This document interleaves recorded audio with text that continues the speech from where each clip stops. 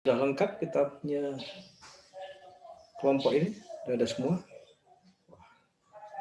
Ini Abdurrahman, backgroundmu kok jadi lebih dominan daripada mukamu ini? Yang hilang, Pak. Nggak usah pakai background lah untuk sementara ini supaya kelihatan mukanya. Iya, Pak. Ini saya jadi nah, mending begitu. Ya kurang terang mungkin. Tempatmu gelap ya? Pencahayaannya kurang terang, Pak. Ya, udah begitu saja. Yang supaya keluar mukanya. Iya, Pak. Baik, Assalamualaikum warahmatullahi wabarakatuh. Waalaikumsalam. Waalaikumsalam warahmatullahi wabarakatuh. Selamat pagi, salam sejahtera untuk kita semua. Om Swastiastu.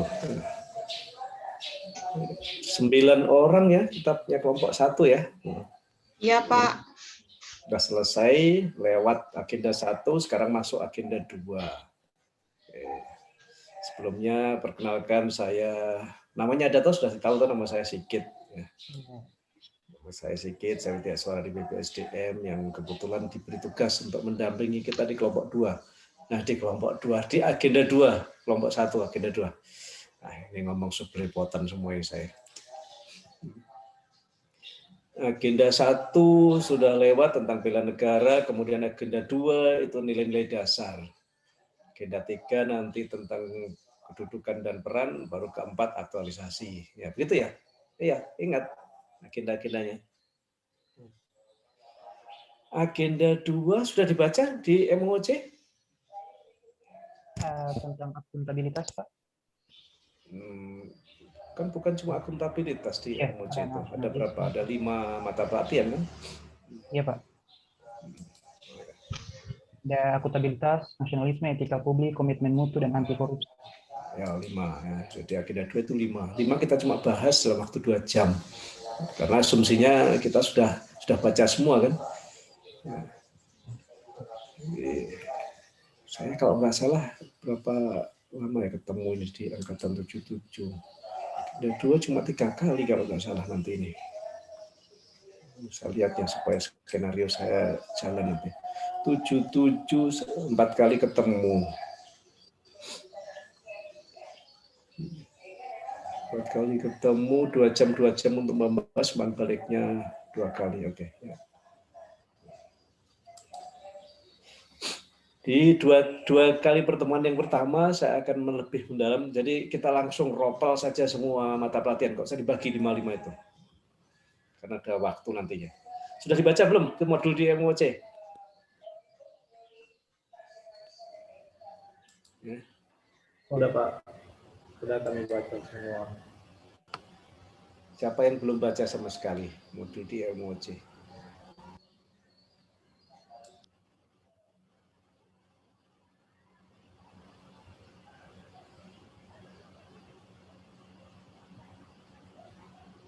Kan sudah dilewati itu MOC, harusnya sudah supaya karena saya nggak mengajari lagi, saya tinggal merangkum saja semua yang kalian dapat nanti.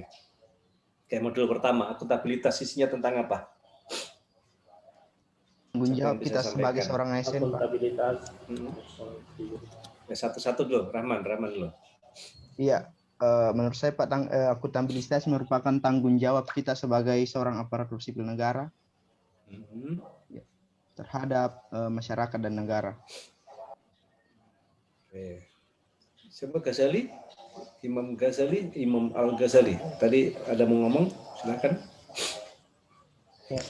Dari yang saya pahami tentang akuntabilitas, Pak, sederhananya dia itu bentuk tanggung jawab.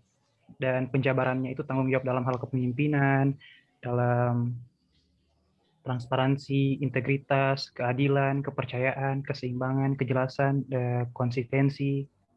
Jadi dia harus bisa pertanggungjawabkan poin-poin tadi, Pak, dalam pekerjaannya. Seperti itu, Pak.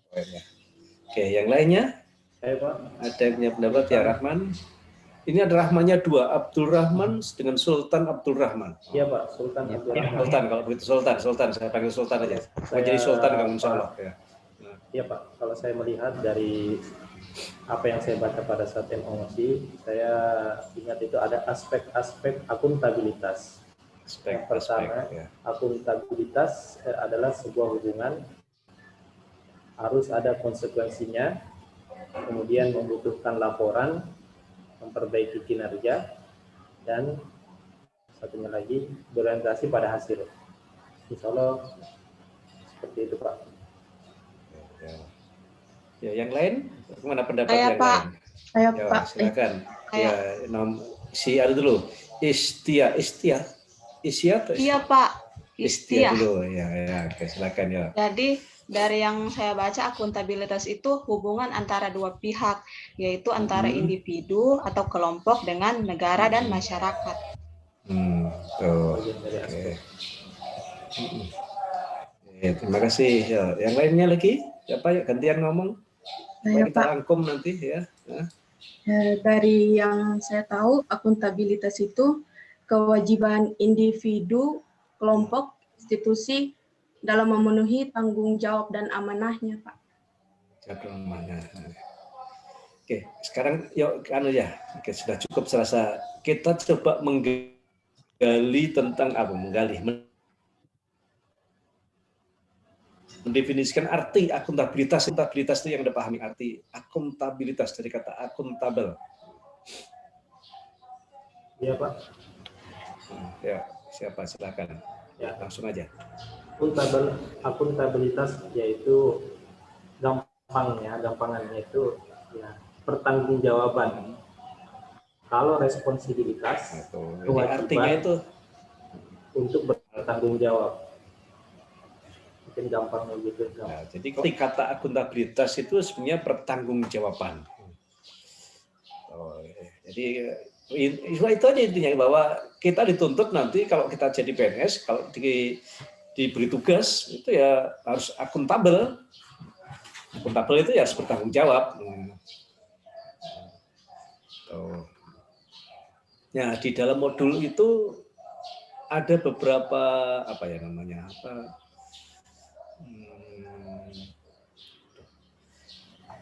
inti dari akuntabilitas itu di apanya kira-kira dapat itu? Apa tadi ada yang mengatakan unsur-unsur atau apa tadi? Aspek akuntabilitas. Aspek ya. Iya. Apa semua tadi aspeknya tadi? Pertama, akuntabilitas adalah sebuah hubungan, kemudian membutuhkan konsekuensi, membutuhkan laporan, memperbaiki kinerja, dan apalagi berorientasi pada hasil, Pak. Orientasi pada hasil ya. Ada berapa jumlahnya itu aspeknya? Ada 5. 5 ya. Ada yang dapat yang lebih dari itu? Ada lagi yang dapat dari apa? Dari modul akuntabilitas selain aspek tadi? Menciptakan lingkungan kinerja yang akuntabel, Pak. Apa itu? Itu tadi hanya menjawabkan ada aspek-aspeknya ada 5. Kemudian apa lagi yang dapat lagi? Yang lainnya? Selain aspek-aspek, apalagi dapat? Iya, saya Pak. Ya, silakan. Ya. Akuntabilitas publik Pak ada 2. Akuntabilitas vertikal dan horizontal. Di mana akuntabilitas vertikal ini adalah pertanggungjawaban kepada otoritas yang lebih tinggi dan horizontal kepada masyarakat luas. Terus lagi, selain itu lagi, siapa yang dapat lagi ya? Jangan mengulangi yang sudah. Akuntabilitas. Satu dulu si kadek dulu. Nanti, ya. Tingkatan akuntabilitas Pak. Ada akuntabilitas personal, akuntabilitas individu, kemudian akuntabilitas kelompok, akuntabilitas organisasi, dan akuntabilitas stakeholder. Oke, itu jenis-jenis akuntabilitasnya. Gitu. Nah, ya. Apalagi si Istia, ada yang disampaikan tadi apa ya? Suaranya belum dibuka. Tingkatan akuntabilitas juga tadi, Pak. Sama ya. Ya, urut lagi supaya ini sama dengan bacain lama-lama ini. Ya apa? Kan daripada baca sendiri kadang-kadang kan jenuh ya. Kalau rame-rame begini kan sepotong nanti tahu semua isinya. Kalau lebih dalam ya nanti buka lagi. Masih ada waktu. Ayo, apalagi selain itu lagi ya, yo. Banyak sekali itu isinya. Akuntabilitas, Pak. Tidak masuk, Pak? Iya, akuntabilitas. Kita masih modul akuntabilitas kita bahas. Iya. Dia yang masalah kepemimpinan, transparansi, integritas, keadilan. Apa itu namanya itu? Lingkungan kerja yang akuntabel, Pak. Menciptakan lingkungan kerja yang akuntabel. Nah, terus apa? Coba yang lengkap. Kok sampai kepemimpinan, sampai ini apa semua itu persyaratan apa itu? Syarat sebagai ASN yang akuntabilitas, Pak, dia harus bertanggung jawab dalam kepemimpinan, transparansi, integritas, tanggung jawab, keadilan, kepercayaan, keseimbangan, kejelasan, dan konsistensi. Ya, itu dapat di halaman berapa di modul supaya teman-teman juga menyimak? Itu ada di daftar isi kalau tidak salah Pak dia. Dia kan masih poin-poin utamanya belum dibahas secara menyeluruh. Iya, di dalamnya itu halaman berapa itu detailnya. Jangan cuma isinya, jangan daftar isinya yang dibaca, bukunya modulnya. Penjabarannya kan di dalam ada. Siap. Ayo. Bagian Yo, integritas. buka semua itu kata-kata itu tadi di mana itu? Dia di halaman 23 Pak, di halaman 23. Ya, buka kalau begitu halaman 23 coba. Punya modulnya enggak? Sudah di-download belum? Sudah Pak, sudah semua. Punya Pak. Ya, sudah. Coba buka halaman 23. Halaman 23. Apa isinya? Lebih detailnya supaya jangan cuma kepemimpinan. Supaya jangan hanya itu saja. Mulai dari 22 sih kalau mau dari kepemimpinan. Ya, mulai dari halaman berapa sampai berapa? Ada kepemimpinan, ada transparansi, ada integritas. Kita kan nggak salah itu ya? Iya Pak, benar Pak. Iya Pak, benar Pak. Integritas, ada tanggung jawab, ada apa semua itu, keadilan, kepercayaan. Berapa itu jumlahnya itu? 9 Pak. 9. Nah, Iya, 9 sampai konsistensi. Apa itu coba? Kita rangkum sama-sama. 9 itu namanya apa itu 9 itu? Lingkungan kerja yang akuntabel Pak. Menciptakan Lingkungan kerja. Ya begitu ya, lingkungan kerja yang akuntabel gitu ya. Iya, itu judul anunya Pak. Sebelum pembahasan tentang 9. Lingkungan kerja yang akuntabel dicirikan dengan, kan begitu tuh kalimatnya ya. Iya, benar Pak, benar sekali Pak. Harusnya diatur ke sana kalimatnya. Itu ya, jadi itu sebetulnya adalah perilaku-perilaku seperti itulah yang menjadi tanda ya bahwa kita itu dikatakan akuntabel. Kita kan membahas akidah 2 itu judulnya apa? Nilai-nilai dasar kan? Siap. Nilai-nilai dasar ASN. Nilai-nilai dasar itu dasar. Nilai-nilai itu apa? Kalau Anda pengertian yang bisa ditangkap. Nilai-nilai itu adalah kualitas Pak, kualitas seorang ASN. Kualitas. Tapi dalam apa ya? Nilai itu yang tertanam pada jiwanya dia itu. Nilai itu pas apa ya? Hal yang menonjol.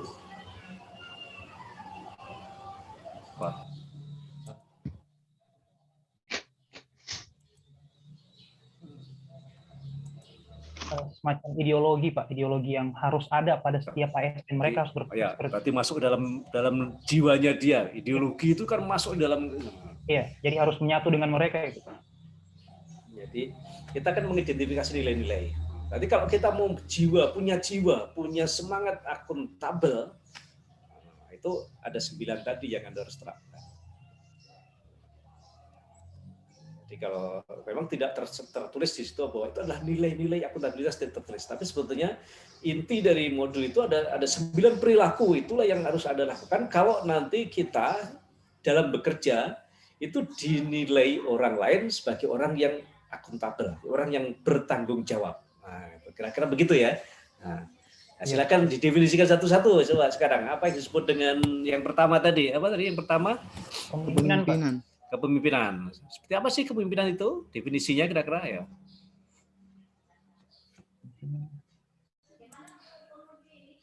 Kepemimpinan. Itu perilaku semua itu perilaku semuanya itu. Oh, kepemimpinan accountable Pak, itu lebih seperti memberikan contoh. Kalau memberikan contoh ini, ya, otomatis bawahannya harus ikut ke dia. Jadi kalau dia disiplin, semuanya harus disiplin seperti itu. Jadi untuk memimpin yang baik itu caranya memberi contoh. Kepemimpinan itu belajar manajemen semua kan ini pasti kalau sudah sarjana itu belajar manajemen ya. Saya lihat SPD, sarjana pasti diajari ilmu manajemen dasar dulu itu. Nah, kalau kita bicara kepemimpinan itu ada fungsi-fungsinya, ada 4 dulu kalau nggak salah yang utama itu. Ya, fungsi kepemimpinan itu. Ya, masih ingat loh. Nggak ada di mana-mana. Kita ingat kembali. Pernah mendengar kata itu nggak? Yang fungsi kepemimpinan itu, Terry yang punya teori itu. Fungsi manajerial. Begitu Pak. Apa? Kan fungsi ya. Nah, itu semua kuliah dimanapun pasti diajari karena semua itu pasti memanage, makanya pasti memimpin pasti itu. Guru juga memimpin, siapa yang dipimpin? Pada saat di kelas muridnya nggak dipimpin untuk diajak belajar.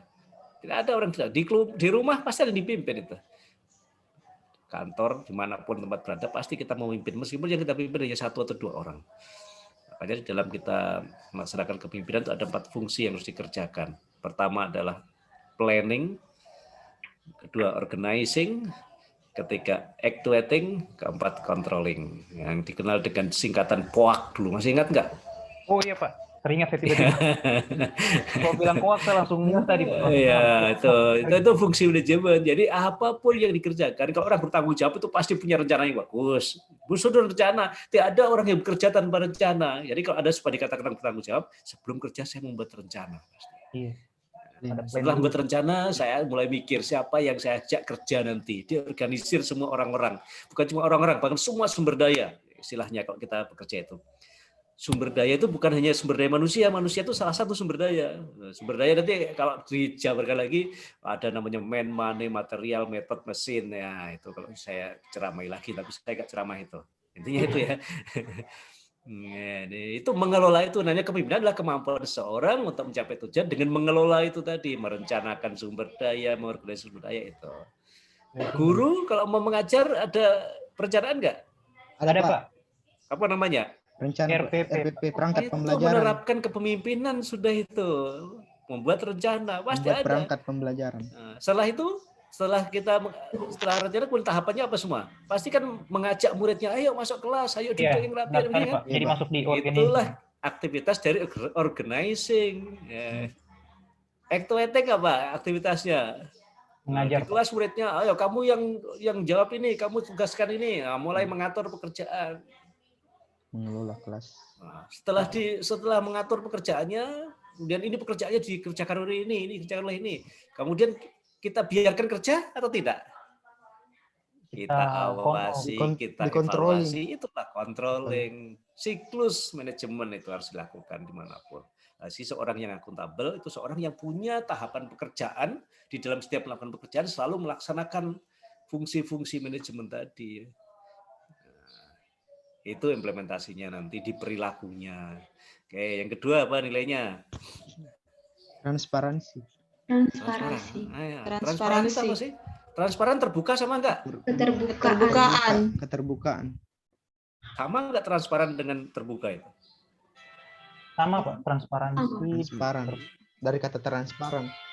Nah, kalau saya nggak mau disamakan itu, karena ibu-ibu nggak mau pakai baju terbuka, baju transparan mungkin mau kan. Sama.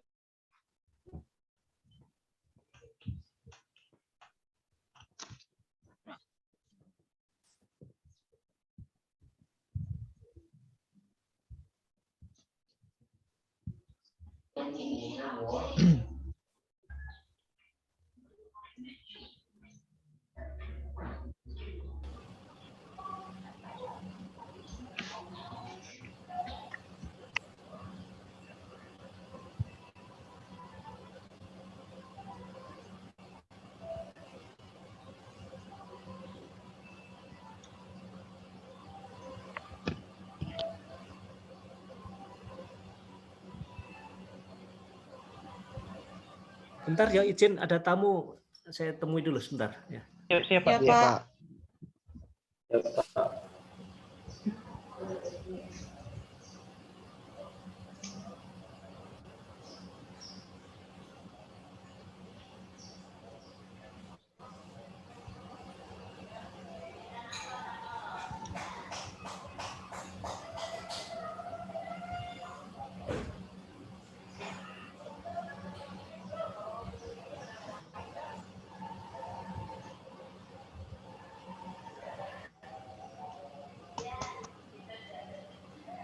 Integritas.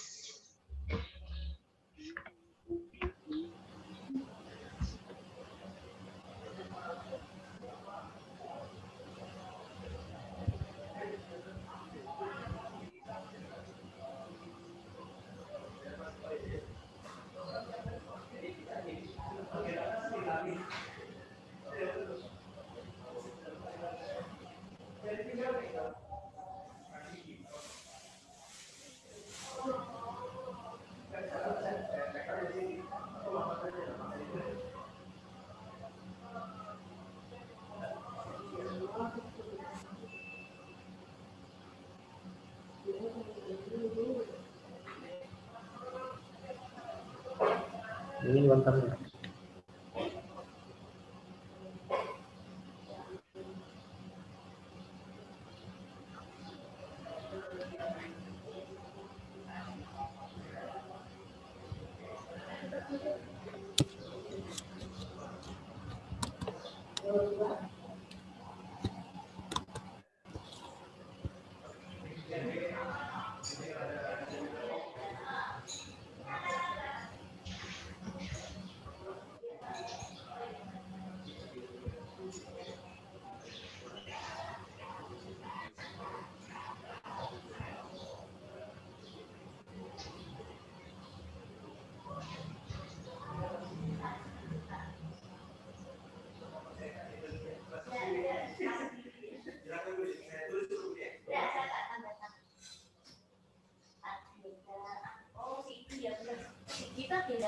Yes. Semakin tidak hafal itu yang begitu-begitu tuh. Udah. Ya, coba. Sudah semakin dibaca tadi? Iya Pak, kami terus mendalami. Oke, jadi nanti seperti itu ya. Tolong perilaku-perilakunya nanti cari sendiri. Itu tadi kan contoh kepemimpinan saja, baru saya urai. Nah, Ya, Pak. nanti kan ada yang lain lagi. Selain kepemimpinan apa tadi ke bawah tadi? Transparansi, Pak. Transparansi, Pak. Transparansi seperti apa sih? Coba carikan indikator-indikator yang namanya transparan. Tapi jangan samakan transparan dengan terbuka. Ya. Itu saya contohkan tadi. Ibu-ibu nggak mau pakai baju terbuka. Baju transparan mungkin mau pakai. Tapi kalau baju terbuka saya yakin nggak mau kita. Oh iya Pak, kalau terbuka dia sama sekali tidak ada yang menutup. Nah, artinya seperti apa transparan itu? Cari definisinya lagi, perilaku-perilaku kita yang kaitannya dengan menunjukkan bahwa itu adalah perilaku orang transparan. Misal kalau saya guru Pak, perilaku transparan adalah memberikan nilai sesuai dengan tugas yang dia kumpul Pak. Jadi tugasnya hasilnya segini. Transparan itu kan transparan terbuka itu tujuannya kan orang lain tahu. Transparan itu orang tahu, bukan itu. Ayo, bagaimana transparan itu? Siap. Misal saya begini Pak. Gampangannya begini aja. Kalau baju transparan itu seperti apa sih? Ya. Kalau saya cara sederhana gitu. Tipis Pak. Ya kelihatan, tapi tidak semua kan? Iya Pak. Iya. Ada tampilkan ke publik. Ada nggak yang harus ditutupi? Ada bagian-bagian tertentu yang tidak boleh transparan semua. Jadi kalau kita transparan itu bahwa kita kerja itu ada yang rahasia namanya, yang tidak boleh orang lain tahu. Jadi kalau terbuka itu terbuka, namanya terbuka semua kelihatan. Ya kan begitu ya?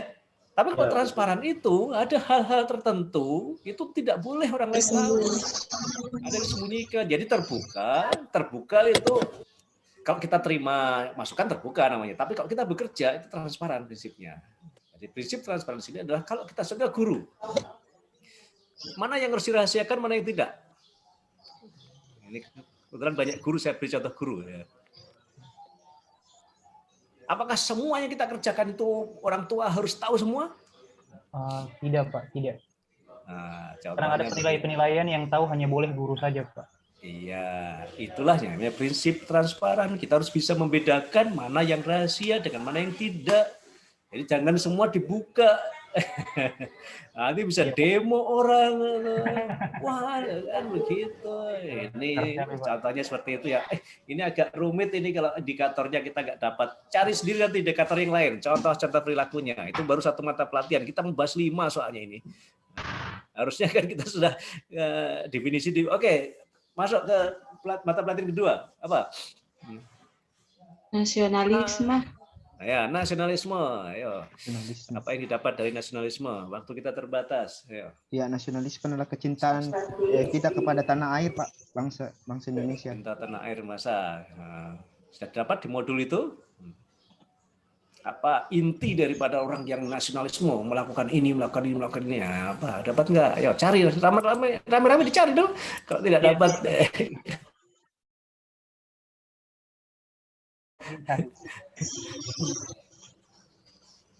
ya. Nasionalisme itu rasa kebangsaan, ya, Pak. Bangsaan ya itu definisi. Ya. Betul. Rasa kebangsaan untuk supaya rasa kebangsaan berbangsa. tinggi, kesadaran berbangsa negara. Terus cari lagi tempat lain lagi, ayo dapat lagi nggak? Betul, itu tidak salah. Tapi kan tebel itu modul itu, isi yang lain selain itu, ya cari lagi. Baru nanti yang silakan ngomong saja, supaya nanti pas yang benar baru saya berhenti, baru dibahas di situ. Kalau nggak gitu nggak dibaca-baca ini. Nasionalisme adalah nasionalisme itu. Silakan Pak Rahman. Silakan Pak. Ya. Ayo. Nasionalisme adalah rasa mengimplementasi tiap sila-sila dari Pancasila, Pak. Jadi coba. Itu apa itu? Di situ terurai apa kalimatnya? Coba. Nasionalisme. Terurai ASN yang memahami dan memiliki kesadaran mengimplementasi nilai-nilai Pancasila dalam pelaksanaan tugasnya. Ya. Jadi nasionalisme itu ya itu cinta tanah kebangsaannya tinggi. Wujudnya apa? Mengamalkan sila-sila itu. Intinya di situ dia. Nah. Mengamalkan sila-sila Pancasila. Silanya berapa? Ada 5, Pak. 5, Pak. Ada yang bilang 6, awas saya copot nanti SK-nya kok sila Pancasila ada 6 lagi. Namanya juga Pancasila cuma 5 ya. Nah, sekarang tinggal bagaimana ini indikator kalau orang yang mengamalkan sila ketuhanan yang Maha Esa, itu apa kira-kira? Yang pertama, dia menganut agama, Pak. Menganut agama. Yang mengamalkan sila kerakyatannya dipimpin oleh hormat, kira-kira apa? Contoh-contoh indikator perilaku-perilakunya. Musyawarah ketika ada masalah. Musyawarah mufakat. Itu kata-kata itu kita dapat di mana? Bisa berpedoman di mana kita? Pernah nggak kita menerima apa ya dulu namanya butir-butir sila itu? Oh iya Pak. Pernah Pak. Cari saja itu, sudah itulah perilakunya kalau orang mengamalkan Pancasila. Cari nanti ya. Iya Pak. Kalau nggak jelas di modul, cari aja yang butir-butir itu ya kita hafalkan.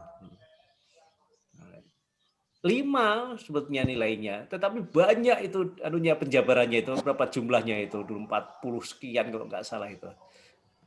Iya Pak, banyak sekali butirnya nih Pak saya.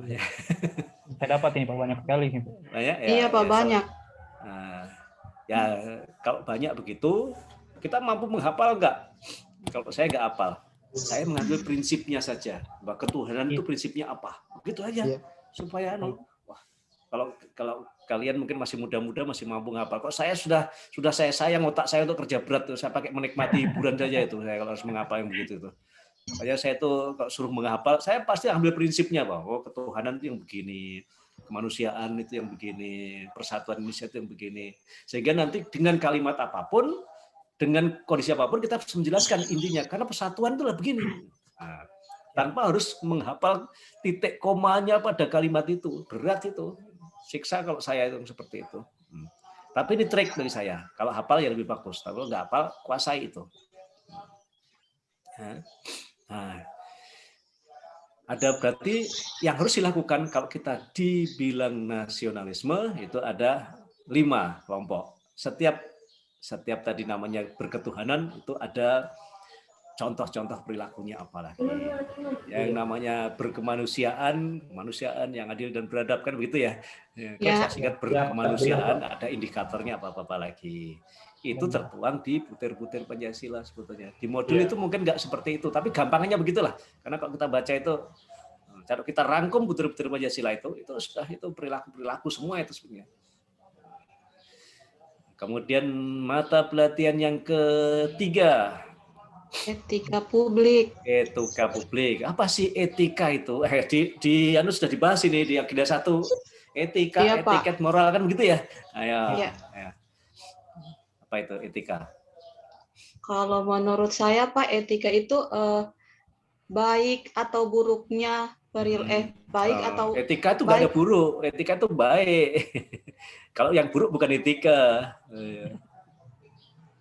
Tidak beretika namanya kalau nggak baik itu berarti kan dikatakan orang nggak punya etika, berarti jelek dia. Tapi kalau punya etika berarti baik. Ayo, baik. Jangan katakan yang jelek etika ya, etika baik. Yang baik yang bagaimana? Belum selesai tadi Pak. Oh, makanya saya kalau orang ngomong etika itu buruk itu saya selalu potong itu karena etika adalah nilai kebaikan. Yang bagaimana? Coba jelaskan. Jadi itu Istia dulu, kasih selesai dulu Istia ya. Etika itu bagaimana melakukan sesuatu dengan baik dan benar. Baik dan benar. Kok jadi hilang buruknya jadi baik dan benar dong. Oke. Ada yang lain lagi ya? Apa? Yang jelas saya potong. Etika adalah nilai kebaikan. Tapi kebaikan yang bagaimana?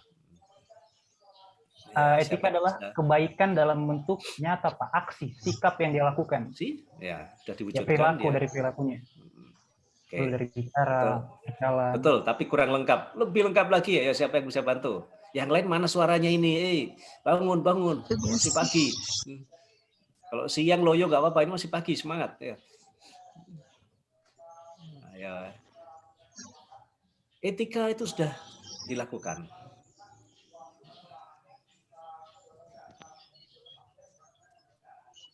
Mana yang cuma 3 ini? Ayo, Sylvie. Etika itu sebagai refleks atas baik atau buruk, benar atau salah yang harus dilakukan atau bagaimana melakukan yang baik atau benar. Jangan bilang buruk. Kalau ada yang bilang buruk, etika itu tidak ada yang buruk. Tidak ada orang etika buruk. Etika itu baik semua, Pak ya. Kalau jelek itu berarti tidak beretika jadinya kan begitu ya. Iya. Makanya jangan mengatakan kejelekan kok dianggap etika. Etikanya itu nggak bagus. Pasti begitu nggak bagus dia. Kalau ada yang melakukan yang jelek itu. Karena sebetulnya secara garis besar etika itu nilai-nilai kebaikan. Ya, karena definisinya begitu. Yang dilaksanakan oleh sekelompok orang di dalam komunitas tertentu dia. Sehingga dia spesifik. Etika itu spesifik ya. Nilai kebaikan tentang bagaimana kita mengucapkan, bertemu dengan orang tua. Itu nilai yang dianggap baik ya. Orang di Donggala dengan orang di Jawa Barat mungkin beda. Nggak usah jauh-jauh, orang di Donggala dengan orang di Poso ya belum tentu sama. Kalau ketemu orang tua ya. Iya Pak. Sikapnya. Nah, iya Pak, kalau saya memahami itu lebih ke etiket Pak. Apakah saya salah? Kalau misalnya kalau etika ya sifatnya atau global. Etiket itu sudah menjadi perwujudannya, moral sudah menjadi dilakukan berulang-ulang ya. Sebenarnya etiket moral itu kan satu definisi, yang satunya masih pemahaman saja, satunya sudah dikerjakan, satunya sudah dikerjakan berulang-ulang. Kalau nggak salah begitu ya. Iya, tepat sekali Pak. Makanya kalau ada orang etiket dibedakan lagi, tambah bingung kita mikir nanti. Pokoknya etiket moral itu nilai kebaikan semua. Hanya bedanya masih di pikiran, di perbuatan, sudah dilakukan berulang-ulang gitu. Nggak salah begitu ya. Saya nggak membahas nilai dasarnya. Yang penting saya ngomong bahwa kalau kita masukkan ke etika atau etiket atau moral, itu adalah semua nilai kebaikan. Yang tidak baik pasti dikatakan tidak bermoral, tidak beretikat, gitu kan. Gitu ya. Nah, iya, Pak. Saya nggak membahas itu ternyata apakah sudah dikerjakan atau belum, karena nanti jadi ke filsafat bahasa nanti jadinya itu tambah rumit kita. Nah, padahal saya bukan mau mendefinisikan yang dari filsafat bahasa, saya akan mencari contoh perilakunya saatnya. Nah di sini yang kita bahas di materi itu adalah etika, kebaikan. Ada belakangnya, bukan cuma etika tok, kita publik, ya kan? Mata pelatihan kita kan bukan etika, tapi etika publik. Etika publik. Ya, etika publik. Ya, betul kan? Ya.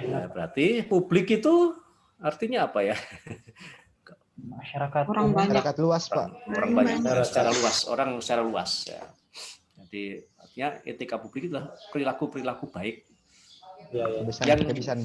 yang harus kita kerjakan, nilai-nilai kebaikan. Cara berpikir, ya bisa cara berpikir, bisa cara bertindak, bisa cara merespon, cara melayani, ya cara melayani juga, gitu. Pokoknya pada saat kita ketemu dengan orang banyak. Ya benar.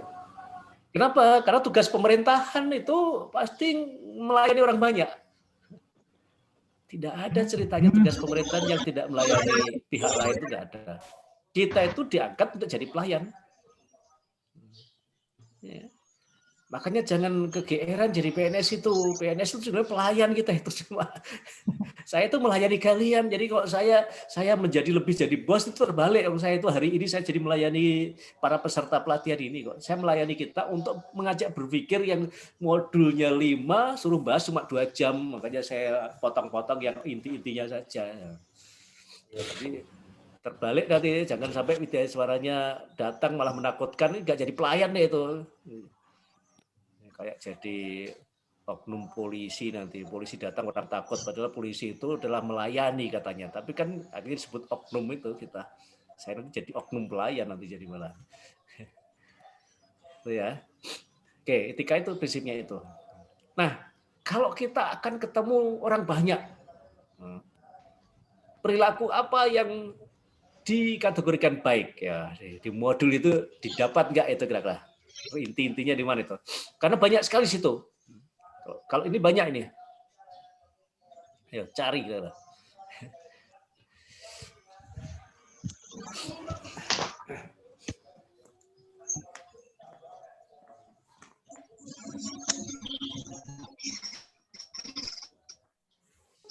Siapa yang sudah dapat? Yang dimensi, Pak.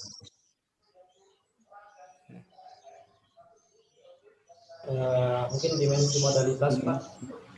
Apa? Dimensi apa? Dimensi modalitas yang terdiri dari akuntabel, transparan, dan netral.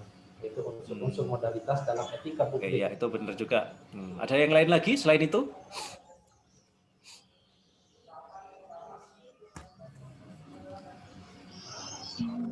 Kalau nggak salah untuk etika ini sudah uraian dia ini wujudnya ini ya.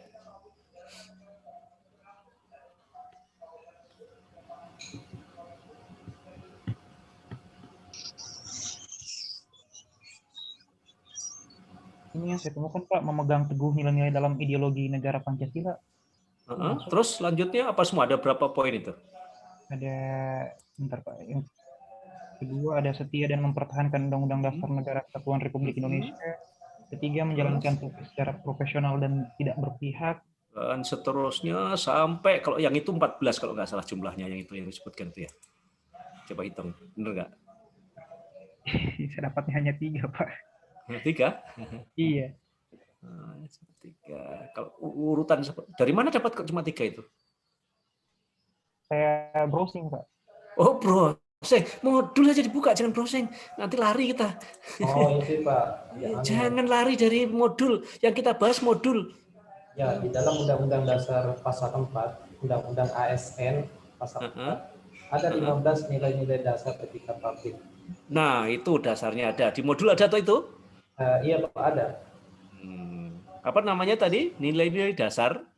Nilai-nilai dasar etika publik. Nah, berdasarkan sudah lebih fokus lagi kan?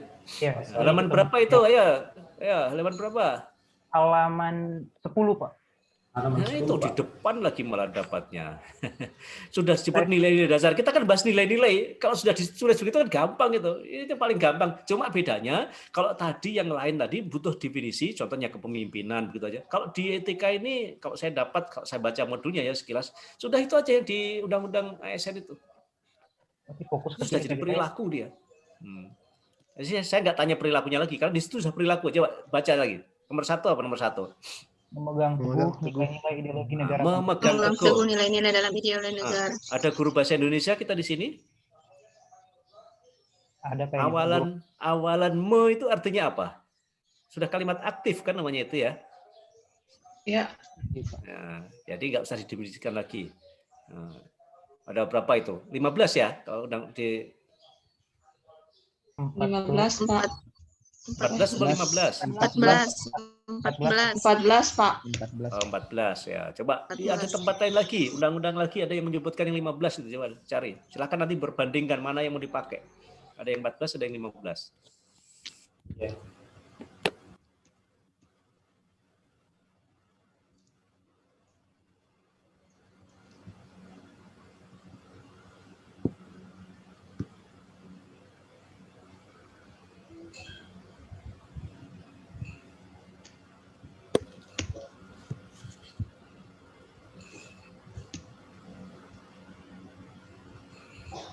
Kalau dapat 14 juga lumayan, sudah dapat 14. Tapi ada yang menemukan sampai 15 ya. Iya, saya ini 15 menemukan 15. Di mana dapat 15? Saya melihat di PPT, Pak. Oh, di PPT ya. Oh, iya betul, di PPT itu yang 15 itu ya. Iya. Nah, sekarang mana yang kita mau pakai? Yang 14 atau yang 15? Coba perbandingkan tuh. Di di slide-nya di MOOC dengan modul di MOOC. Apa perbedaannya dia? Saya tidak mengatakan yang 14 salah, yang 15 benar, juga tidak juga seperti itu. Tetapi nanti kalau kita menyampaikan ke orang lain, misalnya ke penguji lah contohnya, karena kita kan sebenarnya kita hadapi itu bukan siapa-siapa, kita kan belajar ini menghadapi penguji nanti. Yang penting sebutkan dasarnya. Saya temukan 14, saya dapat dari mana? Jadi dasarnya jelas ya. Jangan saya dapat 14, dari mana? Dikasih tahu teman sebelah. Ya itu yang nggak bertanggung jawab itu, nggak akuntabel namanya itu, yang seperti itu ya. Karena memang berbeda. Jangan juga dapat nilai-nilai etika dari teman prajabatan tahun lalu. Karena modulnya berubah. Patokan kita adalah kalau di modul yang di MOOC yang kita pakai. Karena di situ sudah menjadi perilaku semuanya. Oke, silakan. Mau ada yang 14, mau yang 15, silakan. Tapi temukan nanti di mana dan bandingkan tergantung selera kita mau pakai yang mana. Saya tidak menyalahkan yang 14, tidak juga menyalahkan yang 15. Karena itu sebetulnya mau digabung jadi 29 juga nggak apa-apa, tapi mirip-mirip juga sih, ada yang sama kok itu. Nah, cari sendiri tempatnya ya. Saya nggak mau nunjukkan. Kalau saya tunjukkan nanti, wah enak sekali, nggak dibaca semua nanti malahan. Apa ya? Sudah 3 tadi ya, akuntabilitas, nasionalisme, etika publik. Yang intinya, ya ini intinya Selamat saja. datang dalam video pembelajaran kali ini dan kami akan menjelaskan tentang konflik kepentingan. Ini baru dibuka sekarang itu video-video di MOOC. Ya kemarin-kemarin buka semua itu kalau ada waktu, tapi ya butuh data yang ya. Kita pakai data atau pakai WiFi nih? Kita ada yang berdekatan dengan di satu tempat ini dengan teman yang lain? Enggak? Nggak ada, sendiri-sendiri semua ini. Sendiri, Pak. Iya, Pak. Ya aman kok sendiri-sendiri. Karena kalau berdekatan harus hati-hati pas ngomong nanti feedback suaranya biasanya. Jadi mendenging kaget-kaget nanti. Ya kalau sendiri-sendiri nggak masalah. Kalau kita ada online dengan teman yang lain harus pakai headset dan hati-hati volumenya supaya jangan kaget saya. Karena berapa kali saya kaget pas begitu dibuka speakernya denging, wah telingaku yang jadi nanti. Jadi intinya begini, kalau akuntabilitas tadi intinya apa tadi? Secara umum pertanggungjawaban. Jadi pokoknya perilaku yang mengarah ke pertanggungjawaban. Itu akuntabilitas. Nasionalisme tadi mengarah kepada apa? Ya yang pertama tadi. Cintaan kita kepada Rasa kebangsaan. Kebangsaan, rasa cinta kebangsaan. Kebangsaan itu artinya cinta kepada negara kita. Negara kita itu unsurnya ada 3. Nah, udah dibahas di agenda 1 tuh. Udah dibahas, disinggung nggak? Sempat nyinggung itu nggak? Nah, syaratnya negara itu ada 3 yang syarat konstitutifnya. Ada wilayah, rakyat yang berdaulat. Itu. Makanya kalau kita nasionalisme tinggi, pasti bagaimana mencintai ketiga-tiganya itu. Jangan cuma cinta kepada rakyatnya tok. Rakyatnya lagi rakyat yang bertetangga di sebelah lagi karena kebetulan tetangganya Rahman ada yang menarik gitu, bukan itu juga wujud nasionalisme sebetulnya itu, karena mencintai sesama kan, tapi bukan yang seperti itu artinya ya. Karena ada rakyat, jadi bagaimana menghargai kesamaan hak pada rakyat yang lain, kemudian bagaimana mencintai lingkungan, kemudian bagaimana tunduk dan menjalankan aturan pemerintahan, itu inti daripada nasionalisme di situ semua itu. Kemudian etika publik intinya adalah karena tadi nilai-nilai kebaikan yang digunakan untuk ketemu dengan orang banyak. Jadi kalau etika itu pasti kalau orang banyak mengakui itu baik, itu jadi etika. Yang buruk berarti bukan etika, tidak beretika jadinya. Ya, jadi intinya semua aktivitas penjabaran aktivitas pada etika publik pasti untuk menjaga hubungan baik dengan orang. Itu kalau saya ya tinggal nanti indikator perilakunya aja kita cari masing-masing. Itu kata kuncinya di situ ya. Kemudian aneka, komitmen mutu. Nah. Yuk, sekarang buka MOOC di modul yang dari MOOC, komitmen mutu.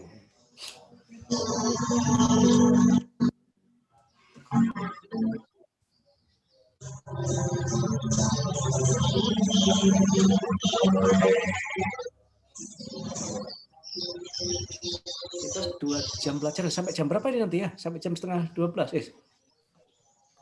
Ya, sampai setengah 12 saja. Ya, itu. Enggak, sudah selesai ini. Kan tinggal dua mata pelatihan yang kita bahas ini. Selesai 1 jam selesai. Selesai saya dengan saya mengantarkannya. Nanti kamu cari sendiri kelengkapannya, rangkum sendiri kali. Nah, komitmen mutu, kira-kira apa yang jadi ringkasan dari materi itu, kemudian apa yang harus dikerjakan supaya kita berkomitmen terhadap mutu.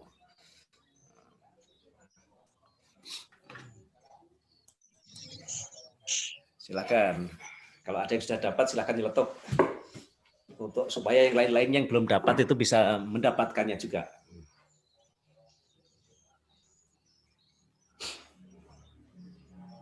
Harus ada efektivitas, efisiensi, dan inovasi. Dan mutu. Jadi apa tadi?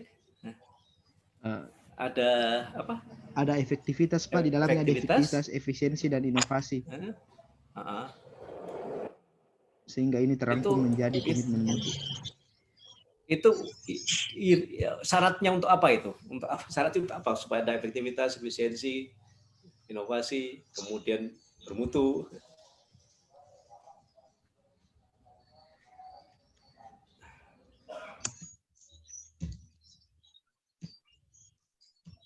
Coba dibaca keseluruhan dulu. Sebelum menuju ke itu tadi di atasnya kalimatnya bagaimana bunyinya supaya kita bisa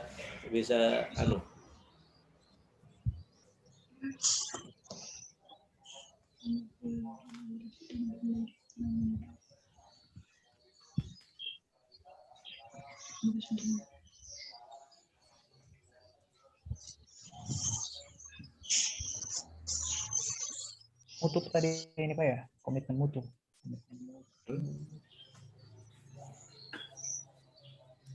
Gimana Imam? Jadi komitmen mutu di sini Pak, di halaman, saya ambil pendapat para ahli Pak, di halaman 21 Pak. Di modul itu halaman 21. Ya, halaman 21 Pak. Dikatakan kalau mutu adalah apapun yang menjadi kebutuhan dan keinginan konsumen.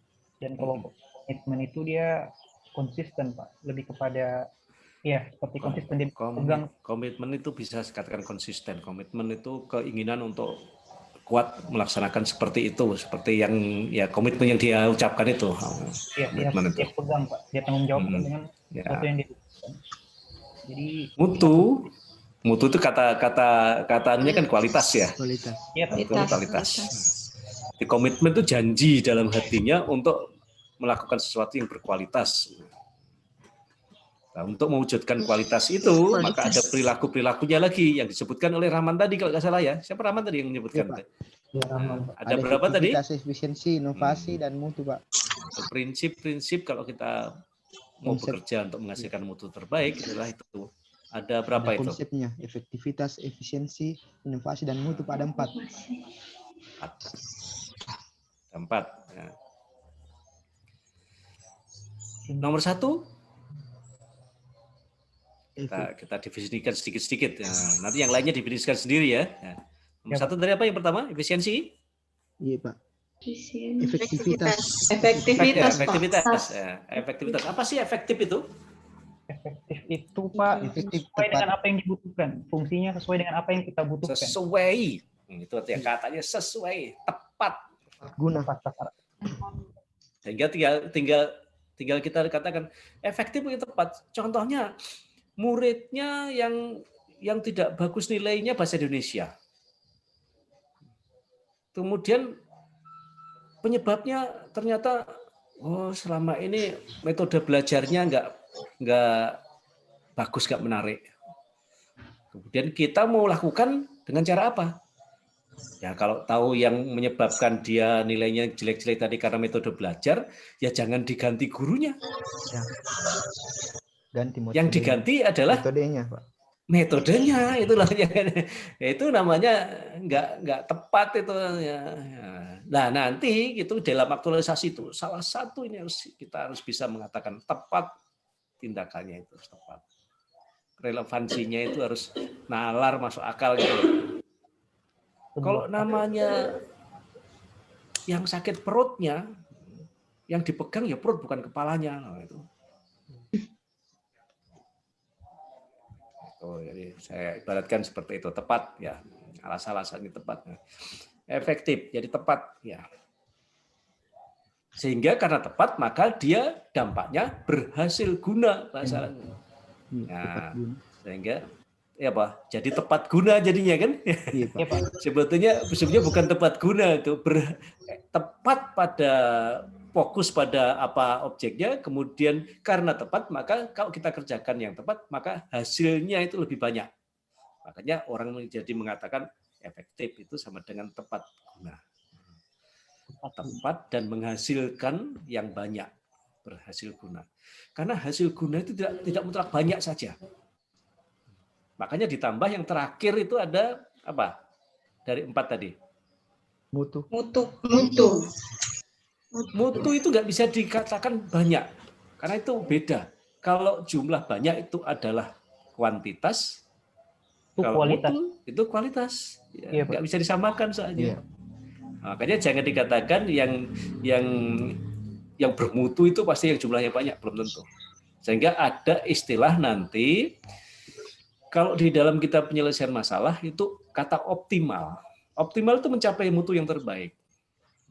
Pernah kita dengar optimalisasi, begitu toh? Pernah dengar? Iya Pak. Nah, kalau kita menggunakan, nanti terkait kalau di agenda 4, kalau saya bawa agenda 4 itu saya akan perhatikan baik-baik penggunaan kalimat itu, karena beda meningkatkan, mengadakan dengan mengoptimalkan. Itu beda. Meningkatkan, mengadakan itu masih kuantitatif. Tapi begitu mengoptimalkan itu sudah kualitatif. Karena tidak mutlak mengoptimalkan itu pada posisi terbanyak, tidak mutlak. Menghasilkan terbaik itu bukan pada posisi terbanyak. Saya contohkan begini, saya orang pertanian. Saya contohkan, kita pernah terjun di pertanian juga kan? Iya Pak. Pernah tanam padi enggak? Pernah tanam padi? Iya pernah Pak. Pernah, Pak. Nah, tanam padi. Supaya padinya subur itu dikasih apa? Pupuk, Pak. Oh, pasti semua bilang pasti pupuk. Nah, kalau kita pupuk padi, kalau tidak dipupuk jelek, kan gitu ya? Iya, Pak. Iya Pak. Tambah pupuknya. Apakah semakin bertambah pupuknya, semakin banyak, kemudian semakin bagus juga padinya? Tidak Pak. Tidak, Pak. Tidak. Nah, jadi kalau kita mau memupuk padi, jangan mengatakan pupuklah sebanyak-banyaknya, bukan begitu bahasanya. Harus sesuai kadarnya. Sesuai, makanya itu dicari namanya optimal, titik optimal. Jadi kalau digrafikkan kurva normal, grafiknya parabolik itu. Ya, Input ditambah, kalau tidak ada inputnya maka ditambah inputnya, dia naik. Pada titik tertentu ditambah, bukan tambah naik tapi tambah turun. Iya Pak. Pada hasil tertinggi itulah yang disebut dengan optimal. Kalau saya ibaratkan seperti itu. Iya. Jadi optimal itu mendapatkan hasil terbaik. Nah, kaitannya dengan situ ya. Makanya nanti kalau kita menggunakan 3 kata tadi, mengadakan, membuat, mengadakan, itu berarti dari tidak ada menjadi ada, kan? Iya Pak. Kalau meningkatkan itu berarti dari sedikit menjadi banyak. Dari rendah. Dari rendah ke tinggi. Dari rendah ke tinggi itu juga bisa dikatakan meningkatkan, jelas menambah. Jangan sembarang kita menggunakan kata mengoptimalkan. Karena begitu mengoptimalkan arahnya ke kualitas. Kualitas belum tentu. Oh, saya mau mengoptimalkan proses pembelajaran. Dengan cara apa? Saya pertemuannya tiap hari. Itu namanya bukan mengoptimalkan pembelajaran, tapi meningkatkan frekuensi pembelajaran. Nah, gitu ya. Karena masih kualitatif. Kalau mengoptimalkan pembelajaran, tidak mutlak menambah frekuensi pertemuan, tetapi dirubah metodenya supaya hasil gunanya itu bertambah banyak. Tidak mutlak frekuensi yang ditambah. Ya. Karena ini golongan 3, filosofi ini saya terapkan karena saya jelaskan karena nanti kaitannya dengan kita mengarah ke agenda 4. Di agenda 4 itu kita diminta untuk memasang target yang akan kita capai. Nah, di isu aktual kan sudah dibahas tuh kemarin. Sudah Pak. Sudah, Pak. Nah, apa yang dicari di isu? Di materi isu aktual itu, analisis isu yang dicari apa? Isu aktual yang materinya membahas apa? Materinya membahas tentang mencari masalah yang sedang terjadi. Terus kalau sudah ketemu masalah diapakan? Dicarikan solusinya, Pak. Solusi. Masalah teridentifikasi. Jadi kita diajari untuk melakukan analisis untuk menemukan masalah, ya, menemukan masalah. Jadi bukan membuat masalah. Kalau membuat itu yang baru lagi. Karena masalah sudah banyak. Kita diajari caranya mengidentifikasi untuk menemukan masalah atau mencari masalah tadi. Setelah ketemu, kemudian dicarikan solusi. Ada tahapannya lagi sampai bagaimana solusinya itu.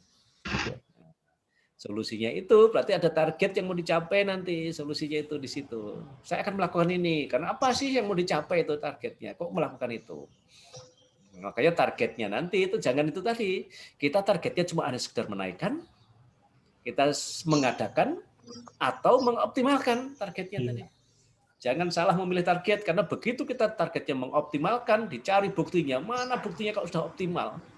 Input dengan hasilnya ada perbandingan, ketemu titik temunya di mana. Tidak mutlak input tinggi, hasilnya tinggi. Contohnya pada kalau kita beraktivitas memupuk padi tadi kalau orang pertanian.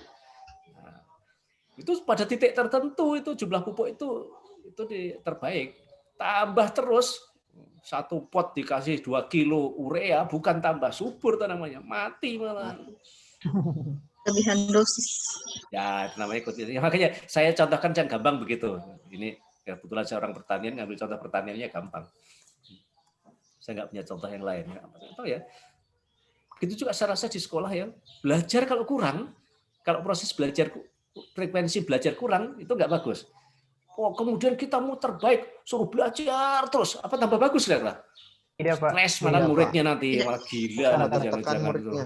Oh iya, malah stres nanti, bawa ke Mamboro semua nanti kalau itu terus malah. Nah, itu berarti kita tidak mengoptimalkan proses pembelajaran namanya seperti itu. Oke, apa tadi nomor 1 efektif, kemudian efisiensi. Apa sih efisiensi? Kalau efisien gampang ini.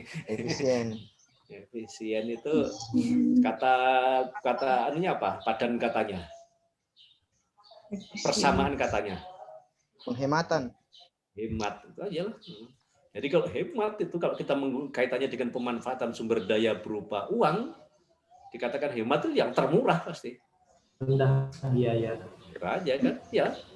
Adakah bilang, oh ini harganya 200, ini harganya 100, saya beli yang 200 karena lebih hemat saya kalau beli 200. Ada yang bilang begitu kan? Tidak ada, Pak. Ya, gampangannya kalau lebih hemat itu pokoknya kalau kaitannya dengan biaya termurah. Inputnya sedikit, paling sedikit inputnya. Jadi itu tadi. Nah, efektif, tepat dan berhasil guna, jadi tepat guna, tepat sasarannya dan menghasilkan yang banyak itu efektif, kemudian murah biayanya. Apalagi yang ketiga, inovasi. Ya, ini ada yang nilai yang baru, bukan nilai, definisi baru tentang inovasi. Nah, inovasi itu yang Anda pahami tentang kata inovasi itu apa? Sesuatu yang baru, Pak, yang belum pernah ada. Sesuatu yang baru. Perubahan ke arah yang lebih baik, Pak, bukan? Tapi jangan diartikan sendirian inovasi itu ya. Jadi jangan diartikan baru tok. Kita harus kaitkan baru, tetapi yang atasnya tadi terpenuhi nggak? Yang di atasnya efektif dan efisiennya. Oh, siapa? Jadi jangan mengatakan bahwa oh ini baru, kemudian inovasi namanya. Bukan seperti itu. Ada 4 atau 5 itu nanti dibahas di mana ya. Kalau ada yang bahas lagi ya nanti dilengkapi lagi. 4 atau 5 kalau nggak salah. Inovasi itu syaratnya baru. Punya nilai tambah berarti efektif tadi. Efektif tuh mulai nilai tambah berarti efektif ya. Baru punya nilai tambah, kemudian bisa direplikasi, artinya direplikasi itu ya? Duplikasi, Pak. Direplikasi. Banyak bukan, Pak? Berbanyak. Ya diperbanyak, bisa dipakai berulang-ulang. Nah, lain itu replikasi berulang-ulang nggak ya definisinya? Nah, saya bukan pengajar inovasi soalnya, jadi saya nggak definisi, cuma saya dengar-dengar begitu syaratnya. Ada sekian syaratnya. Memang salah satunya adalah baru, tapi jangan sampai kita hanya mengatakan yang baru adalah inovasi saya. Contohnya, kalau dulu orang mengetik surat itu pakai mesin ketik, kan? Ya, Pak. Terus sekarang ngetik surat pakai apa? Pakai laptop, pakai laptop. Nah, itu kan dulu di kantormu pakai mesin ketik, kemudian saya akan rubah menjadi pakai laptop atau pakai komputer. Kan baru di kantor itu, kan? Iya, Pak. Ya, Pak. Inovasi atau bukan itu? Inovasi. Inovasi. Kalau yang seperti, kalau menurut saya bukan inovasi itu. Itu karena kantormu ketinggalan zaman aja katrok, yang lain sudah pakai begitu. Karena apa? Perkembangan di luar sudah seperti itu. Hanya kebetulan di kita belum bisa yang seperti itu. Jadi baru itu dalam artian bukan baru hanya di kantormu tok. Itu loh. Arti baru itu. Betul, itu baru di kantormu. Ya, sama dengan ini nanti kue pizza itu baru atau tidak? Lama, Pak. Udah lama sekali. Sudah lama, Pak. Ya, karena kebetulan kamu tahu, orang lain yang nggak tahu sama sekali bisa dibilang itu ini kue jenis baru. Iya. Orang yang bilang baru itu karena dia ketinggalan zaman orangnya itu, bahwa pizza itu sudah lama aku nggak ngerti. Sama dengan itu loh kira-kira. Iya, paham, Pak. Ya, jadi nanti kebaruan itu, tolong definisi kebaruan itu jangan hanya di lingkup kita aja, karena kita dulu belum pakai, belum ada, kemudian sekarang ada, jadi inovasi. Jangan terbatas di situ. Saya kalau jadi penguji itu strength dulu dengan kata baru ini. Karena kadang-kadang gara-gara kita yang katrok, kemudian menganggap baru, kemudian disebut inovasi karena unsurnya salah satu yang utama memang kebaruan. Memang betul, inovasi itu kebaruan. Tapi jangan juga baru hanya di tempat kita, padahal tempat lain sudah lama itu. Itu bukan baru sebetulnya, tapi kita yang ketinggalan zaman. Baru bagi dia, Pak, mungkin. Iya, jadi kebaruan itu maksudnya secara lebih luas kita mikirnya, sehingga nanti ada definisi baru itu seperti apa. Mungkin di kabupaten lain bisa dipakai, di kita kabupaten belum. Itu baru nggak? Kalau sudah seperti itu mungkin bisa masuk kategori baru, Pak, karena belum banyak yang Baru, pakai. karena skopnya sudah luas ya, skopnya sudah luas. Nah, jangan sempit kayak tadi ya, di sekolah hanya pakai komputer, kemudian dianggap mengetik surat pakai komputer, kemudian inovasi, Bu, di kantor saya ada inovasi baru membuat mengetik surat pakai laptop. Nah, itu bukan kebaruan, cuma dulu kita di kantor nggak ada fasilitas itu sehingga nggak menggunakan itu. Nah, nanti inovasi ada tingkat-tingkatannya. Makanya semakin baru benar, kalau tadi saya contohkan di tempat lain sudah dilakukan, di kita belum, tapi kemudian kita tempatkan, kita adakan tempat kita, itu inovasi juga sih. Tapi kadarnya itu yang paling tipis, yang paling rendah. Nah, tingkat yang di atasnya lagi, yang dikatakan inovasi itu kalau tunggu ada tamu lagi. Siap. Iya, Pak. Mama ini nggak ditutup.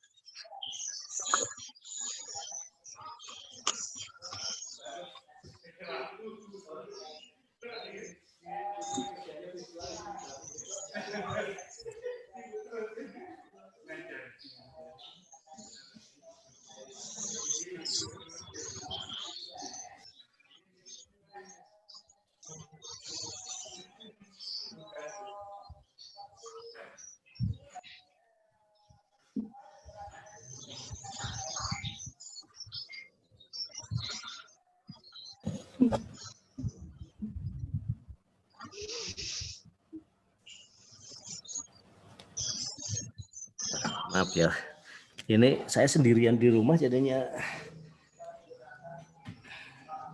kebetulan di sebelah ada acara, makanya sedikit-sedikit tengok keluar tuh. Gak enak juga. Namanya bertetangga itu tetap harus dilibatkan. Oke, tadi itu ya. Apa tadi? Inovasi itu kebaruan, tapi tolong yang dikatakan inovasi jangan baru hanya melulu di tempat kita saja. Tempat lain sudah menggunakan, kemudian kita menganggap baru tadi. Sehingga ada tingkatannya nanti. Kalau betul-betul baru, tapi tidak meniru ke tempat lain, betul-betul baru di tempat lain belum ada, kemudian saya menciptakan sendiri, lah itu yang paling tinggi bobotnya nanti. Itu inovasi yang paling tinggi. Jadi nanti kalau ada, pernah dengar tuh lomba inovasi itu ya? Nah, lomba inovasi itu begitu di tempat lain sudah ada, kemudian dia tidak mencantumkan bahwa jenis inovasinya adalah namanya yang dikenal istilahnya ATM. ATM itu amati, tiru, modifikasi. Nah, jadi pernah dengar itu ya ATM. Jadi kalau kita oke lah, boleh ATM sajalah inovasi. Jadi di tempat lain sudah ada, tapi jangan kamu pakai plug, dirubah di bagian mananya. Menambahkan formula baru katakan. Oh ya, jadi menambahkan boleh, merubah di bagian tertentu boleh, tapi tidak copy paste ya. Kalau copy paste itu sama persis. Ya. Ada modifikasi ATM. Nah, ATM jadi modifikasi. Nah, standar untuk modifikasi kita minimal ATM itulah. Jangan copy paste ya. Dan yang satu itu semua itu adalah kaitan itu adalah keseluruhan pada apa yang keempat tadi mutu ya. Orientasinya itu di kita menggunakan cara baru, kemudian menghasilkan yang lebih banyak, itu orientasinya adalah untuk peningkatan mutu tadi, kualitas ya. Oke, satu mata pelatihan lagi. Ini cuma sedikit 4, anti korupsi ya. Anti korupsi. Apa yang dimaksud korupsi? Curangan, Pak. Mengambil hak yang tidak seharusnya. Mengambil yang bukan haknya. Nah. Ya, apalagi siapa lagi yang bisa? Jangan enak aja kita korupsi dia itu. Ya. Padahal yang dikerjakan ternyata enggak termasuk kategori korupsi.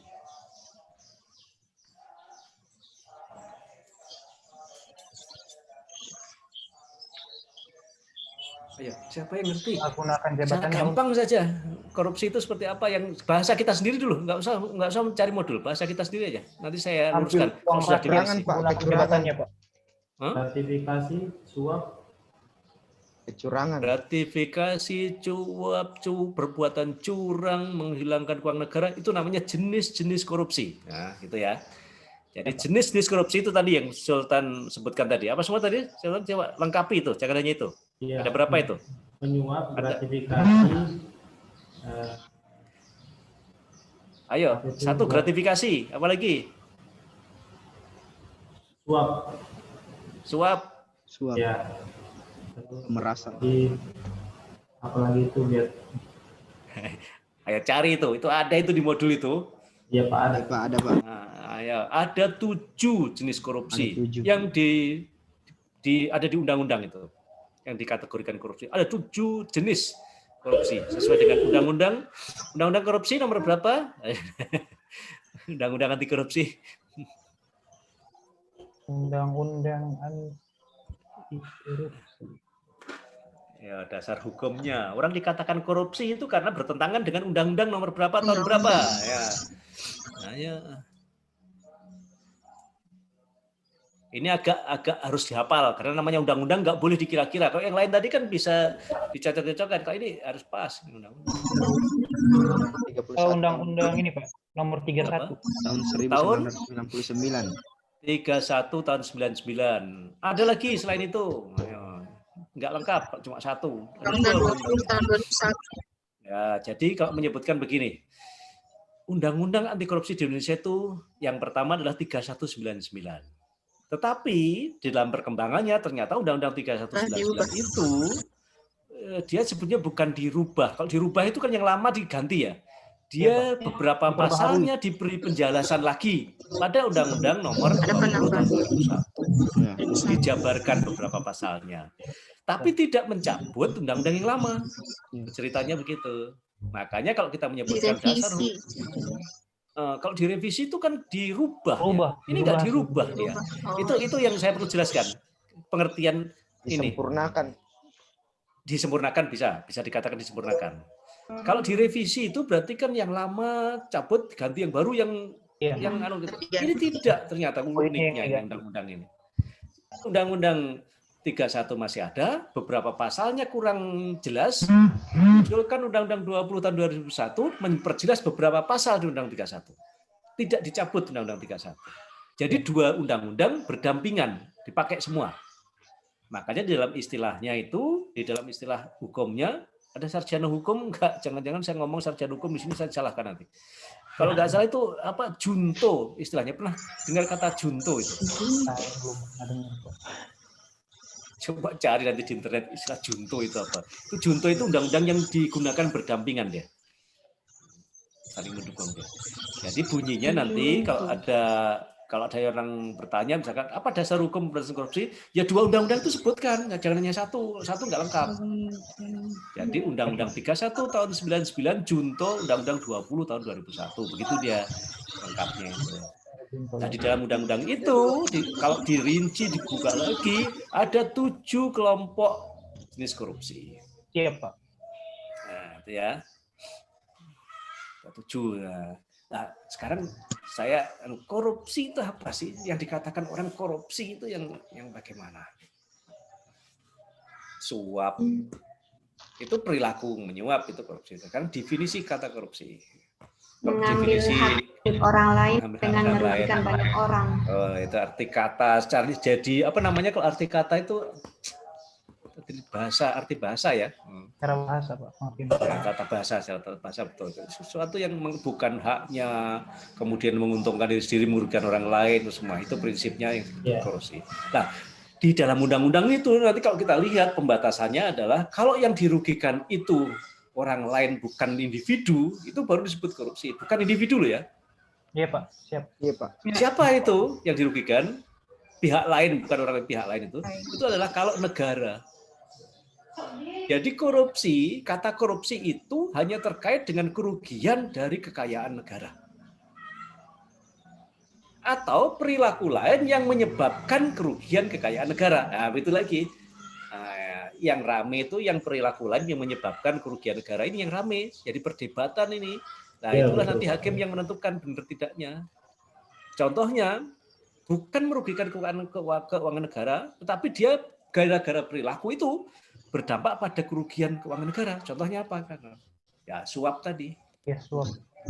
Suap itu orang yang menerima suap dan memberi suap pakai duit negara enggak? Iya, Pak. Pakai, Pak. Iya.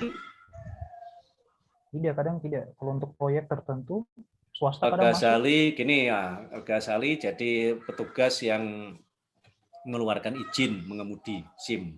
Saya contohkan itu, contoh ya ini jangan nanti. Iya, Pak. Saya paham. kemudian saya orang yang mengurusi izin tadi. Kan SIM itu kan surat izin mengemudi, ya izin juga. Ya. Nah, syaratnya ada bla bla bla macam-macam. Kemudian saya kasih duit Pak Ghazali, tolong buatkan saya SIM. Syarat-syaratnya, sudahlah atur saja Pak Ghazali mau. Nah, itu contohnya. Perilaku seperti itu yang disebut suap tadi. Lah, yang saya berikan tadi duitnya negara bukan?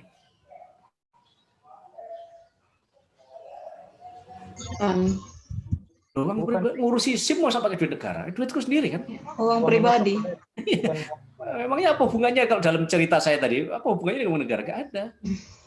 Terus Pak Ghazali itu terima dari negara dirugikan nggak? Gara-gara Pak Ghazali mengeluarkan izin saya tadi. Apa bentuk kerugiannya? Bentuk kerugiannya, Pak, karena orang tersebut tidak punya kualifikasi dalam mengendarai kendaraan, Pak. Tapi kita berikan dia karena mereka menyuap seperti itu. Jadi efek dari perilaku pejabat yang seperti itu, pejabatnya Pak Ghazali kebetulan tadi yang tidak melakukan pemeriksaan, tidak pasti yang dibayar akibat dari saya membayar, saya yakin orang yang Pak Ghazali tadi terus nggak menyeleksi saya dengan baik kan pasti. Nah, ya pasti begitu kan efeknya. Nah, pasti sudahlah syaratnya nggak lengkap pun gampang bisa buatkan. Padahal aturannya kan nggak begitu. Pasti jadi penyimpangan sesuai dengan aturannya harus begini, harus ujian tulis, harus ujian praktek, harus melengkapi berkas, bisa dilanggar semua sama Pak Ghazali tadi sebagai pejabat yang mengeluarkan izin tadi. Nah, sehingga efeknya nanti bukan hanya ke negara saja, dampaknya memang ke masyarakat. Masyarakat juga bagian dari negara. Negara tadi pemerintahan, masyarakat, semua ke situ. Nah, apa akibatnya? Masyarakat juga, wah kalau begitu nggak usah susah bayar sila. Akhirnya apa? Rusak sistem yang rusak.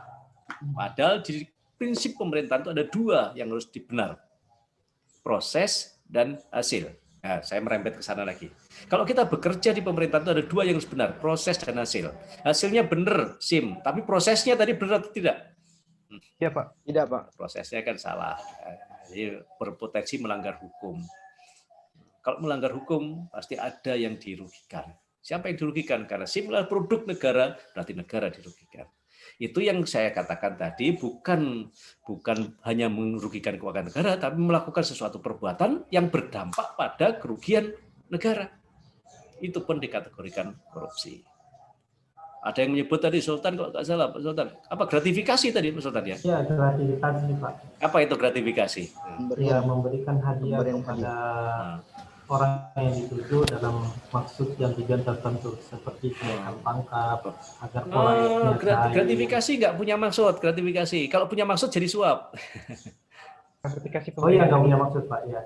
Nah, kalau itu bedanya. Gratifikasi tersirat, Pak. Sama sekali nggak ada. Gratifikasi semua pemberian kalau diberikan kepada pejabat yang punya kewenangan itu namanya gratifikasi.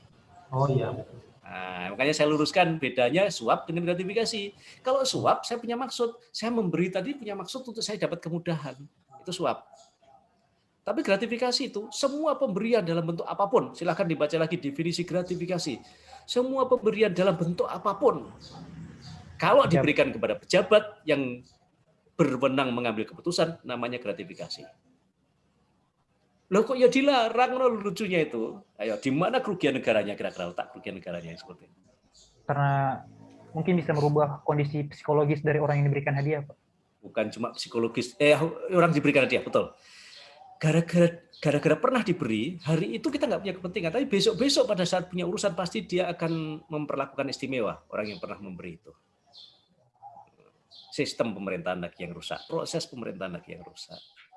Makanya itu gratifikasi itu hanya diberlakukan pemberian yang diberikan kepada pejabat yang punya kewenangan. Hanya di situ. Sekolah memberikan kepada guru, kepala sekolahnya nggak punya murid, nggak punya anak yang lagi sekolah di situ, memberi sesuatu kepada guru, nggak bisa dikatakan gratifikasi. Karena nggak punya kepentingan dia. Antara tadi. Tapi beda dengan wali murid yang memberikan hadiah kepada guru. Nah, itu jadi gratifikasi. Karena kita punya kewenangan enggak? Karena bukan hanya pejabat loh, kewenangan pada pejabat yang berwenang. Kita guru kan punya kewenangan. Ya, Pak. Apa kewenangan guru? Memberi nilai buat memberi nilai. Dikhawatirkan nanti kalau itu berlangsung maka pada saat ujian menjadi tidak rasional kita memberikan nilai pada mereka. Nah, itu tergolong gratifikasi. Nah, akhirnya rusak sistem pemerintahan kita. Nah, ini yang saya perlu tekankan dari 7 jenis tadi. Nah, untuk menghindari ke 7 jenis korupsi itu, kalau yang pertama kan kehilangan keuangan negara, merugikan negara, jelas. Uang negara diambil, ya namanya. Kalau yang diambil bukan uang negara, bukan kekayaan negara, itu bukan korupsi namanya. Jadi ruang lingkupnya hanya kerugian negara. Nah, kerugian negara itu bukan hanya uang saja, karena aset negara, milik kekayaan negara itu bukan hanya uang. Ada uang, ada barang. Nah, barang juga ada, dipisah lagi, barang bergerak, tidak bergerak. Nah, ada lagi barang berwujud, tidak berwujud. Nah, ada juga barang tidak berwujud semuanya negara ini punya. Kalau manusia kita punya barang nggak berwujud, ya tuyul apa nggak berwujud kan? Kalau negara kan nggak mungkin punya tuyul. Nah, ini juga kekayaan negara itu ada yang tidak berwujud. Apa itu? Contohnya itu hak cipta. Hak cipta itu kan nggak ada wujudnya itu. Nah, kekayaan intelektual itu nggak ada wujudnya dia. Teknologi itu nggak ada wujudnya kan? Iya, teknologi yang dipatenkan itu atau kekayaan negara yang tidak berwujud ya. Itu kalau disalahgunakan kemudian untuk keuntungan pribadi yang menyalahgunakan adalah pejabat atau orang yang punya kewenangan karena di lingkup kenegaraan, korupsi juga ya. Oke, itu batasannya ya. Apa caranya? Bagaimana caranya? Duh, waktunya sudah mau habis ini. Bagaimana caranya untuk menghindari itu? Makanya ada nilai-nilai. Kalau di anti korupsi jelas itu, apa nilai-nilai anti korupsi untuk mencegah supaya tidak terjadi korupsi? Harus menanamkan Pak kesadaran anti korupsi. Bukan itu. Ayo, di situ ada di halaman berapa itu, coba cari. Nilai-nilai dasar anti korupsi. Begitu dia bunyinya sudah. Integritas. Jujur, peduli, mandiri. Nah, itu halaman berapa itu? Di slide, Pak. Oh, di slide di modul? Slide nggak bisa dijadikan slide itu karena jangan jadikan acuan, jangan dijadikan dasar. Karena slide itu hanya perkataan orang saja slide itu. Di modul kalau bisa nanti. Di modul ada. Ya memang praktis sih buka slide, sudah ringkesannya. Ya, ringkasan dari modul slide. Ya, ada berapa di situ nih? Di slide itu ada berapa? Ada 9, Pak. 9. Ya, oke. Jadi anti korupsi itu nilainya ada 9. Baik, kita ringkas, kita rekap sekarang dari 5 mata pelajaran. Akuntabilitas tadi ketemu berapa?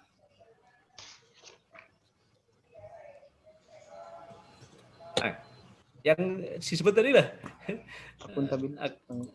Akuntabilitas tadi, ayo sudah lupa atau pertanggungjawaban. Pertanggungjawaban, Pak. Ya, ada kepemimpinan, transparansi tadi loh.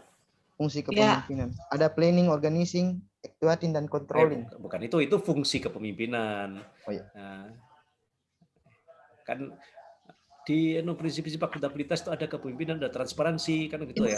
Saya enggak. Ya. Integritas tanggung jawab. Integritas tanggung jawab. Berapa jumlahnya itu semua ya? Oke, semua 9. Berapa? 9. Oke, berarti akuntabilitas ada 9 nilai. Itu yang kita sebut nilai namanya. Yang harus kita kerjakan tuh, nilai. 9.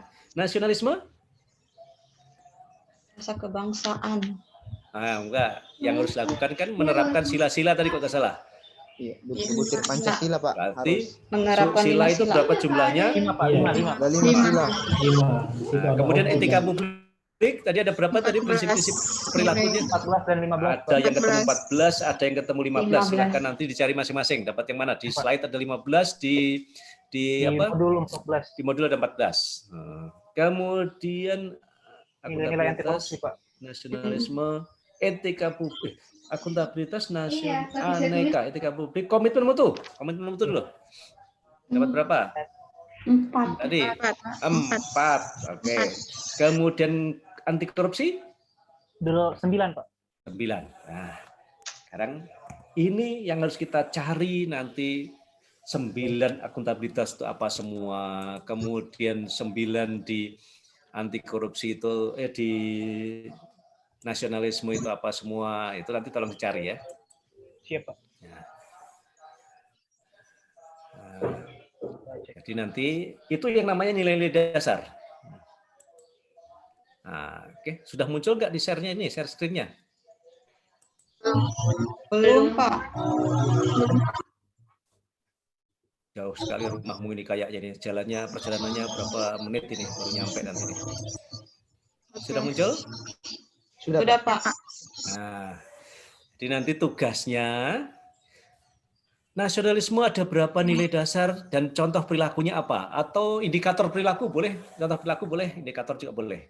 Nasionalisme ada berapa nilainya? Berarti kalau yang di sini nilainya berarti untuk akuntabilitas ada 9, nasionalisme ada 5, etika publik ada 14 atau 15, kemudian komitmen mutu ada 4, kemudian anti korupsi ada 9. Itu dinilai ini. Nah, tinggal nanti tugasnya cari contoh-contoh perilakunya yang setiap nilai ini coba dikumpulkan. Ya. Iya, Pak. Tugas ini saya sudah share juga di LMS tentang penugasan. Silakan kalau cari lagi di situ ya. Ya, Pak. Berarti ini tugasnya ya, Pak, atau kelompok. Tugas kelompok ya, Pak. Tugasnya individu. Individu. Oh iya, Pak. Jangan kelompok. Kalau kelompok nanti meskipun cara kerjamu berkelompok, silahkan, tetapi nanti diupload secara individu. Ya. Oh, Pak. Nah, paham sudah? Paham Pak, paham. Oke. Setelah terkumpul semua itu, baru nanti kita jadikan bahasan setelah ketemu perilakunya. Tadi kan saya nggak bahas perilakunya secara utuh tadi. Iya, Pak. Nanti yang lain cari lagi. Tapi di modul itu ada itu. Beberapa itu tinggal cari di mana tempatnya. Makanya nanti silahkan kalau ada bekerja berkelompok boleh, tapi hasilnya tulis secara individu ya. Upload secara individu. Sesuai dengan jadwal di LMS. Ya, Pak. Pertemuan berikutnya ini akan kita bahas selanjutnya. Diapakan ini nilai-nilai ini? Ya? Siap, Pak. Oke, jadi tadi ada 9, ada 5, ada 14, ada 4, ada 9 lagi. Itu namanya adalah nilai-nilai dasar PNS yang harus diterapkan supaya kita berperilaku yang disebut dengan nasionalisme, disebut dengan yang anti korupsi. Begitu ceritanya itu. Nah, oke, kumpulkan aja dulu itu. Saya nggak bisa menjelaskan waktunya singkat sekali. Kalau mau saya jelaskan semua nggak cukup. Sehingga mandiri nanti dikumpulkan ya.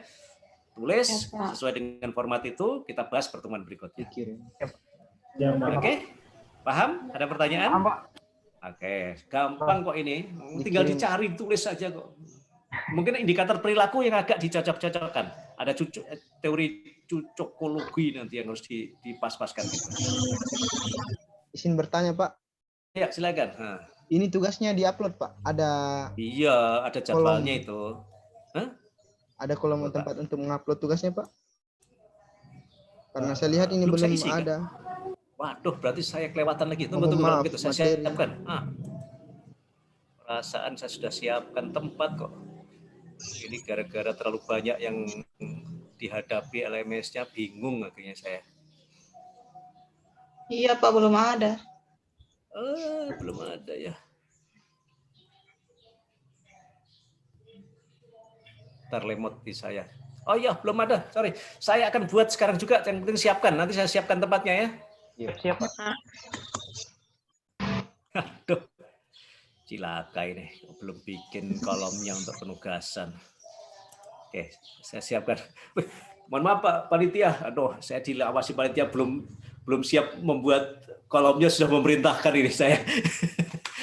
Ini so pusing ini, kelas yang mana yang saya memasuki, saya kira sudah siap semua, ternyata ada yang belum. Oke, sebentar saya akan siapkan, nggak lama itu menyiapkan tempat itu. Kalau nggak salah nanti saya siapkan waktunya, batas. Saya usahakan nanti malam bisa ya, kalau bisa ya paling lambat sebelum kita ketemu untuk materi berikutnya. Berikutnya tanggal berapa kita ketemu? Pendalaman dan penguatan. 7. Ya, pokoknya sebelum kita masuk berikutnya usahakan sudah dapat. Karena bahasan berikutnya saya akan membahas ini digunakan untuk apa ini nilai-nilai ini. Oke, jelas? Jelas, Pak. Ya, Pak. Nah, nanti saya siapkan kolomnya untuk mengupload. Mohon maaf, saya yang trader belum menyiapkan tempat, sudah merintahkan. Jangan jadi alasan kemudian nggak mau masukkan tugas karena nggak ada kolom penugasannya, Pak. Aduh, saya yang salah nanti kalau begitu nanti. Oke, terima kasih. Kalau sudah jelas, ada pertanyaan lagi? Ya. Terima kasih. Hostnya, saya kembalikan ke host. Terima kasih Pak Panitia Donggala yang sudah menemani di sini. Ya, alhamdulillah masih ada kesempatan ketemu dengan Kabupaten Donggala. Sambil kita nunggu ya, saya siapkan nggak usah kemana-mana dulu. Saya siapkan kolomnya kalau begitu. Nanti untuk upload tugasnya. Jadi silahkan kerjanya boleh berkelompok, tapi diupload secara individu. Kalau kita kerja berkelompok. Untuk bahan kita individu masing-masing nanti. Baik, terima kasih. Saya mohon izin dulu karena saya harus bergeser ke tempat lain lagi tidak lama lagi ini. Oh enggak, siang ini istirahat jam 1 nanti. Supaya agak istirahat juga nanti. Oke, assalamualaikum warahmatullahi wabarakatuh. Ya. Waalaikumsalam warahmatullahi wabarakatuh.